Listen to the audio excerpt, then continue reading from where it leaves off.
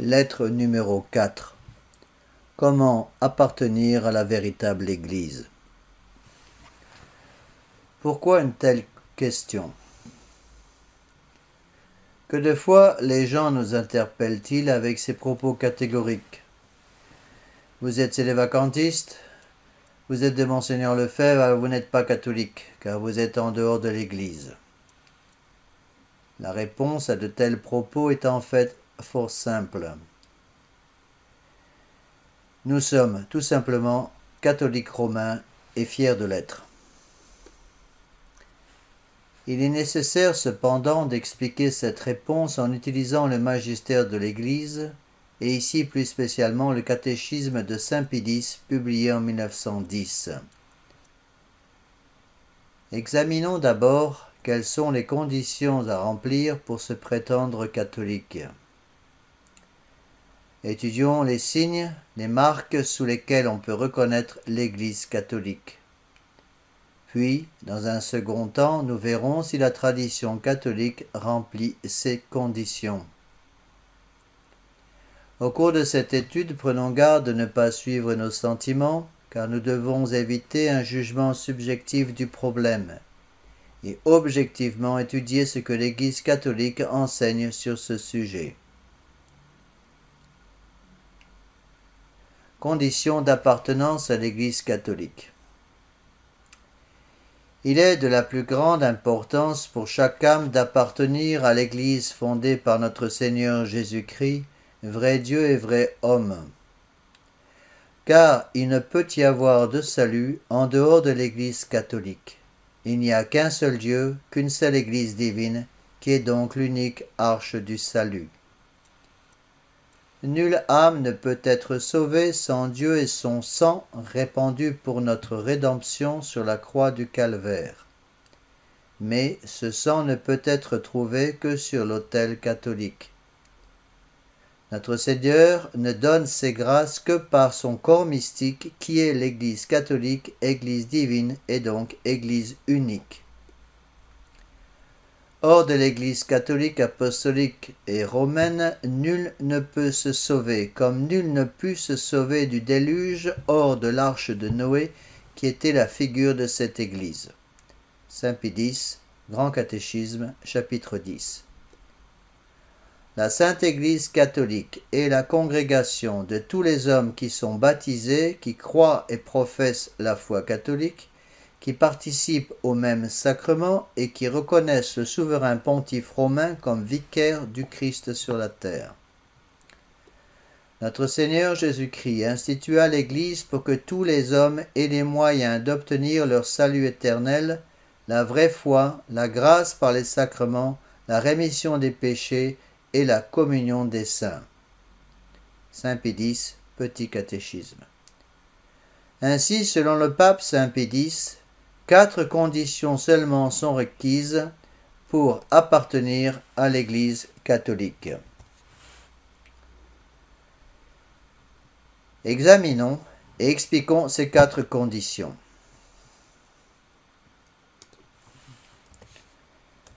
Premièrement, être baptisé.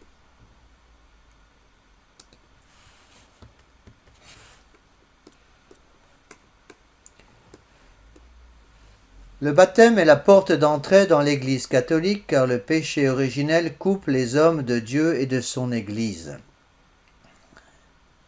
Le péché originel est enlevé par le baptême d'eau, par le baptême de sang, le martyre, par le baptême implicite de désir, un homme qui suit la loi naturelle mais qui, sans faute de sa part, avec une ignorance invincible, n'a jamais entendu parler de la véritable Église. Ou par le baptême explicite de désir, un catéchumène qui meurt juste avant de recevoir le baptême d'eau. Les baptêmes de sang et de désir ne sont pas des vrais sacrements, mais en tant qu'acte de charité parfaite, ils enlèvent le péché originel. Deuxièmement, croire et professer la vraie foi catholique. Croire n'est pas suffisant. Vous croyez qu'il y a un seul Dieu et vous faites bien. Les démons le croient aussi et ils tremblent. Épître de Saint Jacques 2, 19. mais il faut encore professer la foi catholique par les œuvres. Selon le même apôtre en 2, 26, la foi sans les œuvres est morte. De même, dit-il, que le corps sans âme est mort, ainsi la foi sans les œuvres est morte. Le pape Saint Pie X rejette donc dans sa définition les prétentions protestantes qu'on peut se sauver par la foi seule. L'hérésiarque Luther le disait crûment, pêche fortement, mais croit plus fortement encore. Remarquons bien que le pape parle de la vraie foi, pour indiquer clairement qu'on peut être exposé à une foi qui est fausse. Par exemple, celle qui émane de l'esprit de nombreux textes de Vatican II. Cette foi vraie doit être crue, enseignée et professée dans son intégrité, car quiconque nierait formellement le plus petit des dogmes de la foi catholique ne serait plus catholique, tous les dogmes étant unis entre eux comme les doigts d'une même main. Troisièmement, participer au même sacrement. Il est pratiquement impossible aujourd'hui pour un adulte de rester longtemps en état de grâce sans avoir recours au sacrement. Un catholique qui, volontairement, ne s'approcherait jamais des sacrements de la confession et de la Sainte Eucharistie, serait un membre mort de l'Église catholique parce qu'il vivrait en état de péché mortel. Pour sauver son âme, il faut être un membre vivant de l'Église, c'est-à-dire vivre et mourir en état de grâce. Quatrièmement, reconnaître le pape comme vicaire de notre Seigneur Jésus-Christ. L'Église catholique n'est pas le corps mystique du pape, mais le corps mystique du Christ. Le pape est vicaire du Christ, c'est-à-dire représentant du Fils de Dieu sur terre et successeur du premier pape, Saint Pierre. Il n'est en aucun cas successeur de notre Seigneur Jésus-Christ, car il serait alors lui-même Dieu. Le Saint-Esprit n'a pas été promis au successeur de Pierre pour qu'il fasse connaître sous sa révélation une nouvelle doctrine, mais pour qu'avec son assistance, il garde saintement et expose fidèlement la révélation transmise par les apôtres, c'est-à-dire le dépôt de la foi. Concile Vatican I, Constitution sur l'Église.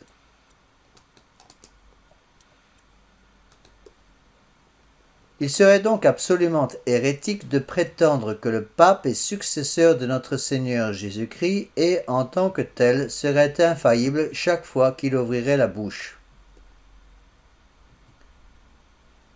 Le pape est infaillible dans son magistère ordinaire quand il répète ce qui a toujours été enseigné par l'Église.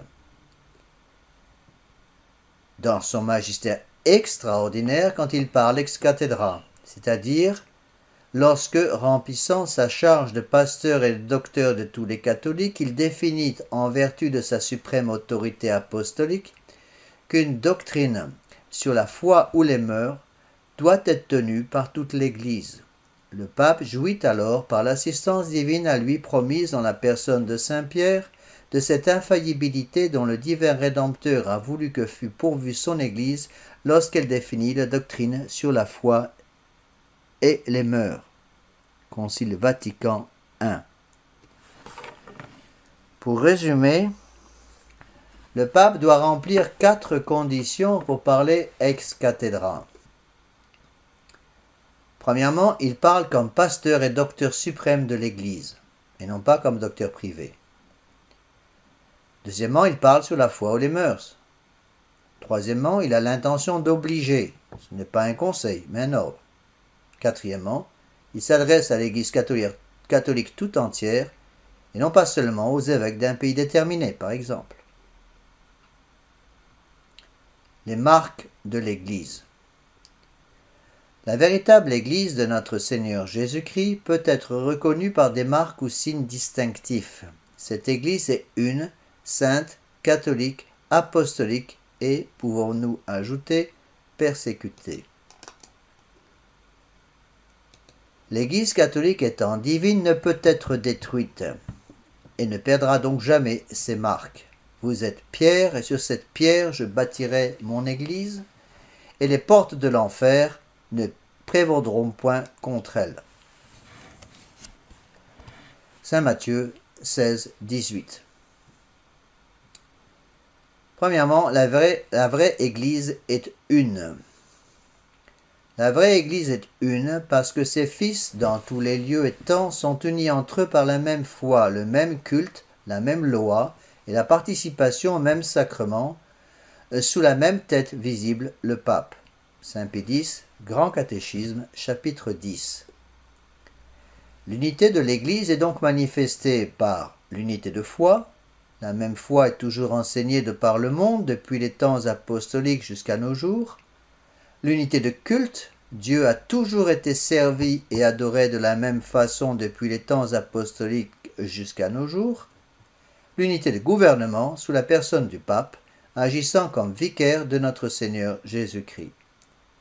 Ainsi, si un pape se coupait de ce qui a toujours été enseigné dans l'Église, en introduisant par exemple un enseignement nouveau concernant la liberté religieuse ou l'écuménisme, ou s'il changeait les sacrements institués par notre Seigneur Jésus-Christ, en introduisant une mutation substantielle dans l'intention, la matière, la forme des sacrements ou de la Sainte Messe par exemple, ou modifier le gouvernement de l'Église, par exemple en introduisant l'esprit démocratique par la collégialité, en agissant ainsi comme successeur de notre Seigneur Jésus-Christ au lieu de son vicaire et représentant.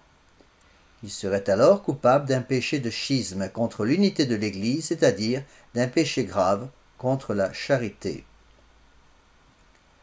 Deuxièmement, la vraie Église est sainte.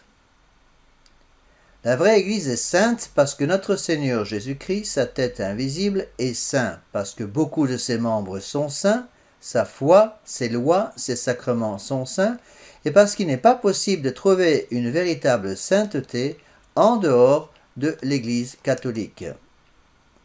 Saint Pie X, Grand Catéchisme. Le manque de sainteté de quelques membres de l'Église ne détruit en aucun cas la sainteté de tout le corps mystique du Christ. Troisièmement, la vraie Église est catholique. La vraie Église est catholique, ce qui veut dire universelle, parce qu'elle embrasse les fidèles de tous les temps, tous les lieux, tous les âges, toutes les conditions, et parce que tous les hommes sont appelés à lui appartenir. Saint Pie X. Ainsi, si quelqu'un a osé dire que l'enseignement traditionnel de l'Église ne correspond plus à la mentalité moderne, ou n'est plus acceptable dans tel pays, il pécherait contre la catholicité de l'Église. Quatrièmement, la véritable Église est apostolique. La vraie Église est apostolique parce qu'elle remonte sans interruption aux apôtres, qu'elle croit et enseigne tout ce qui a été cru et enseigné par les apôtres, et parce qu'elle est dirigée et gouvernée par leurs légitimes successeurs. Catéchisme de Saint Pie X. Cinquièmement, la vraie Église est persécutée. L'Église catholique est persécutée parce que son divin fondateur était persécuté parce qu'elle condamne les vices, combat les passions, les injustices et toutes les erreurs. Saint Pie X. Les chapelles sélévacantistes sont-elles catholiques? Les fidèles de nos chapelles de la tradition sont baptisés, croient et professent la foi catholique, participent au même sacrement et reconnaissent le souverain pontife comme vicaire de notre Seigneur Jésus-Christ. Nous sommes donc pleinement catholiques. Nous prions pour celui qui est à la tête de Rome chaque jour pour obtenir sa conversion, mais nous n'acceptons pas les changements substantiels introduits depuis la mort du pape Pie XII en 1958 dans l'Église parce qu'il vaut mieux obéir à Dieu qu'aux hommes. Actes des Apôtres, chapitre 5, verset 29. Il est également facile de reconnaître dans les chapelles de la tradition les 4 marques de l'Église catholique. L'unité. Nous gardons l'unité de foi, de culte et de gouvernement, refusant de nous couper de l'enseignement traditionnel de l'Église. La sainteté. Nous prêchons et essayons de vivre la sainteté de l'Église catholique malgré nos faiblesses et péchés personnels. La catholicité. L'enseignement catholique répété par nous est bon pour tous les hommes, tous les âges et tous les pays. L'apostolicité. Notre enseignement est le même que celui des apôtres et de l'Église de toujours. L'Église est persécutée parce que nous refusons l'esprit humaniste, libéral et maçonnique du Concile Vatican II en tant que membre de l'Église. Conclusion.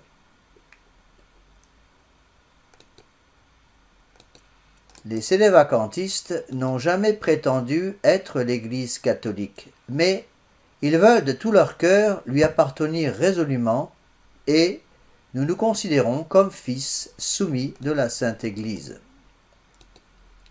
Nous n'appartenons pas à l'Église conciliaire de Vatican II, nous ne sommes pas de l'Église de Monseigneur Lefebvre, mais un rameau bien vivant de l'Église une, sainte, catholique, apostolique, romaine et persécutée, hors de laquelle nul ne peut être sauvé. Les fidèles qui s'adressent à nous pourront donc trouver en nos murs, avec la grâce de Dieu, la vraie foi, la grâce par les sacrements, la rémission des péchés et la communion des saints. Tout dévoué en notre Seigneur Jésus-Christ et sa très sainte Mère.